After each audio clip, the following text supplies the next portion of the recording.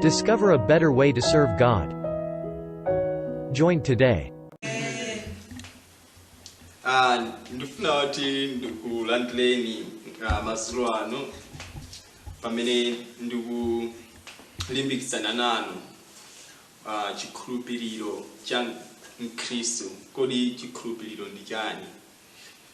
Chifukwa choti anthu tili ndi maganizo osiyanasiyana, kumvetsetsa mosiyanasiyana kumbali ya chikhulupiriro. Pali anthu ena amene amati chikhulupiriro ndi kungoyang'anira pa zinthu zimene maybe afuna kuti alandire, maybe afuna galimoto, maybe afuna nyumba, maybe akufuna mwana.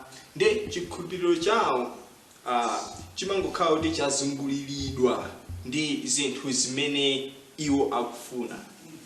Kenako amakanika kuti chikhulupiriro chomwe chija achikakamire pa nthawi imene zinthu zija maybe sanazilandire kapena zinthu zija aziluza. Amen. Ndi monga Mkhristu, chikhulupiriro chimene tikukamba ndi chimene Paulo amayankhula ku Hebrews chapter 10 or Hebrew chapter 10 kuyambira verse 1 mutha kufika kuseko chapter 11 mpaka kumusi koseko. Amakamba zakuti chikhulupiriro ndicho champhamvu kukupulumusani. Ndi chimene Yesu Khristu ayamayang'anira kuti monga iweyo Mkhristu, chikhulupiriro chimene iwe uli nacho chikhale chopulumusa moyo wako, chikhale chopitilira zinthu zimene anthu maybe amangoyikapo chikhulupiriro kuti alandire zinthu zimene iwo akusowa. Amen. Ndi monga Mkhristu funso ndilakuti kodi mutaluza zinthu zimene muli nazo, kodi chikhulupiriro chanu chiyimabe? Kodi chikhulupiriro chanu chikhalabe champhamvu mkati mwanu? Kapena facho kuti zinthu zimene muli nazo zasowa, palibepo, maybe ndalama palibepo, maybe ntchito palibe. Kodi chikhulupiriro chanu basi ndikuti chathira pomwepo? Koma monga Mkhristu, chikhulupiriro chanu muyang'anire kuti chikupulumusa moyo wanu. Ndiyeno ndiwerenga 2 Akolose kuyambira verse 5 kulekeza 7. Maybe mutha kuwerenga nthawi yanu. Komano pamene popo amakamba zakuti Satana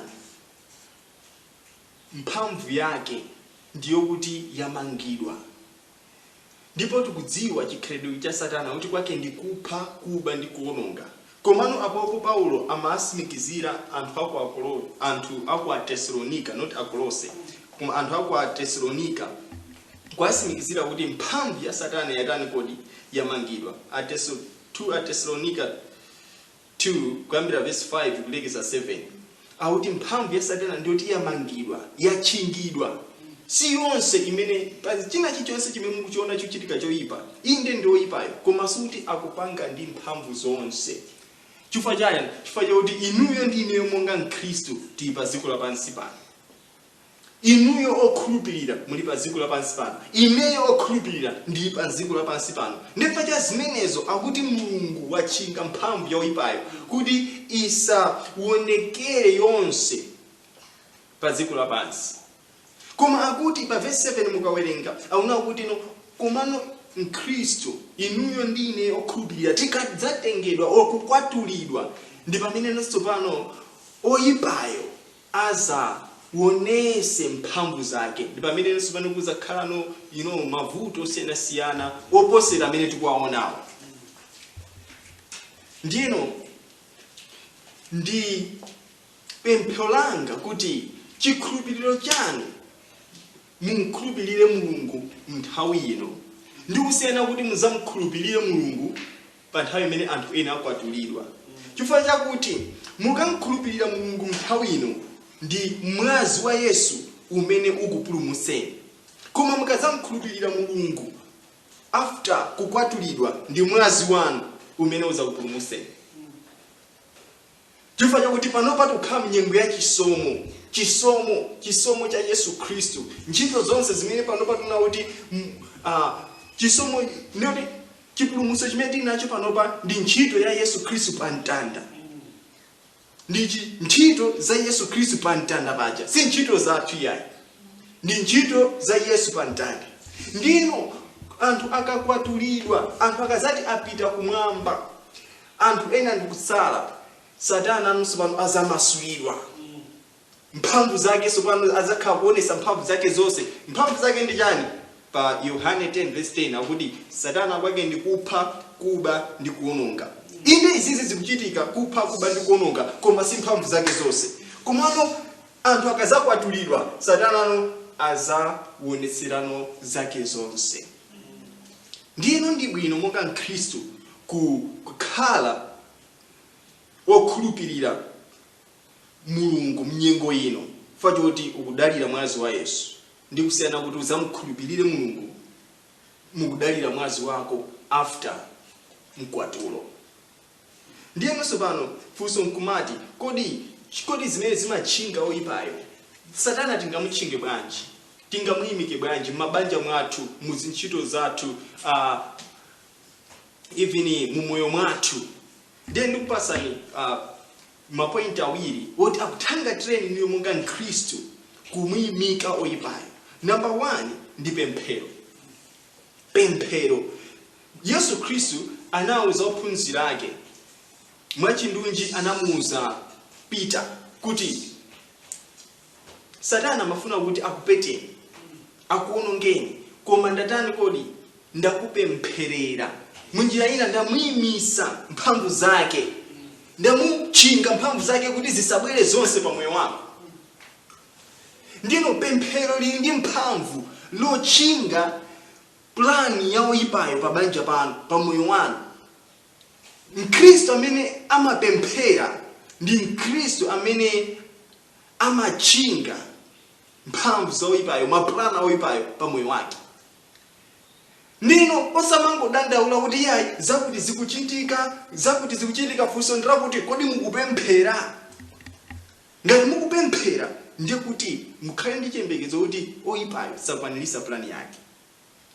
Ndipo chinthu chachiwiri kuti kodi Satana ngamutchinge bwanji muzonse zimene akupanga pa dziko lino lapansi monga ife Akhristu, chachiwiri ndiyo mawu a Mulungu. Kukhala m'mawu a Mulungu, kukhazikika mawu a Mulungu. Mawu a Mulungu ali ndi mphamvu. Nikona Mulungu ananena kuti pali mdima pa dziko lapansi ku Genesis, ananena kuti kuwale ndipo akuti kunawala. You see, ndi mawu a Mulungu amakhala ndi mphamvu yochinga maplani oyipayo. Ndi iniyo monga Mkhristu muli ndi chikhulupiriro chimene chikupulumutsa moyo wanu, komanso mwamukhulupirira Mulungu panopa, osati mukuyembekeza muzamukhulupirira anthu akazakwatulidwa. Komanso mukudziwa kuti oyipayo wachingidwa kuti achite zoyipa zake. Ndipo mchina chilichonse choyipa chimene chikuchitika pa moyo wanu musachivomereze, chifukwa iniyo mukudziwa kuti oyipatu anachingidwa monga iniyo Mkhristu. Ndipo mukugwiritsa ntchito zinthu izi, pemphero ndi mawu a Mulungu, kuti oyipayo asakwaniritse zoyipa zake zimene akufuna kuti achite pa moyo wanu. Mulungu akudalitseni. Ndipo ndikupemphani kuti pali app ya Zoe, pitani ku app, kamvesereni ma message ambiri amene ali ku app imeneyo, kandi kugawiranso anthu ena, mutaso kugawira anthu ena, mutakwalimbikisa. Mverani ma message onse amene ali pa app imeneyo, moyo wanu simukhaso chimozimozi. Mulungu akudalitseni, adalitsenso banja lanu mu dzina la Yesu Khristu. Amen. Amen. There is a restraining power that is delaying the work of the devil, the work of the Antichrist. For as long as the restraining power is on earth, he cannot unleash himself at the degree he wants. So the question today is, where are we in the history of humankind? Where are we? In what age are we living now? Jesus said, no one knows the time and the day of his coming, for he will come as a thief. That's why Jesus spoke about the 10 virgins. He spoke about them. They were those that were distracted.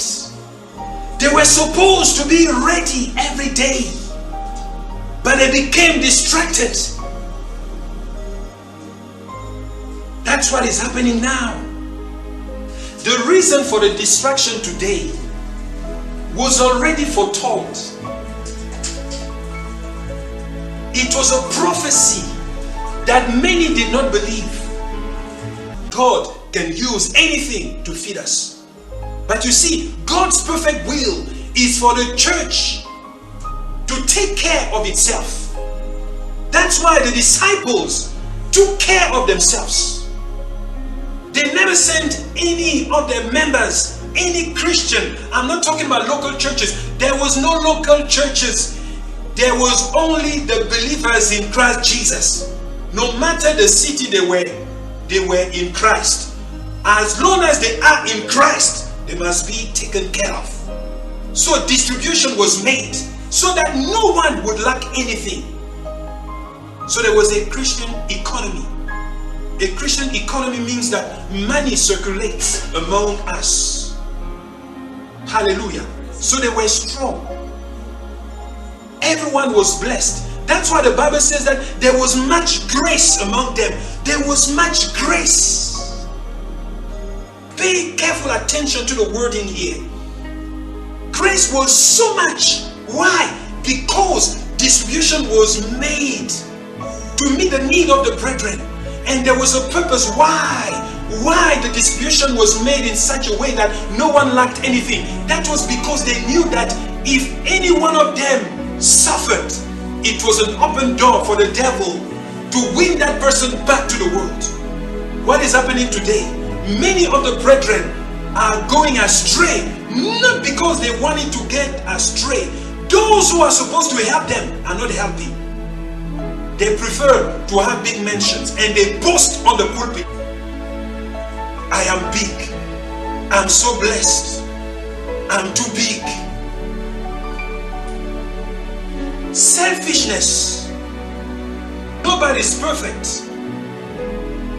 This is how far they know. And for those who are even aware of this, who prefer to live the selfish faith and the selfish love, that is between them and God. You leave them alone. You focus on the scripture. Hallelujah. Be an example. Follow the word of God and practice it. If God gives them grace to discover this and that they are humble enough, they will change their ways. Thanks for watching.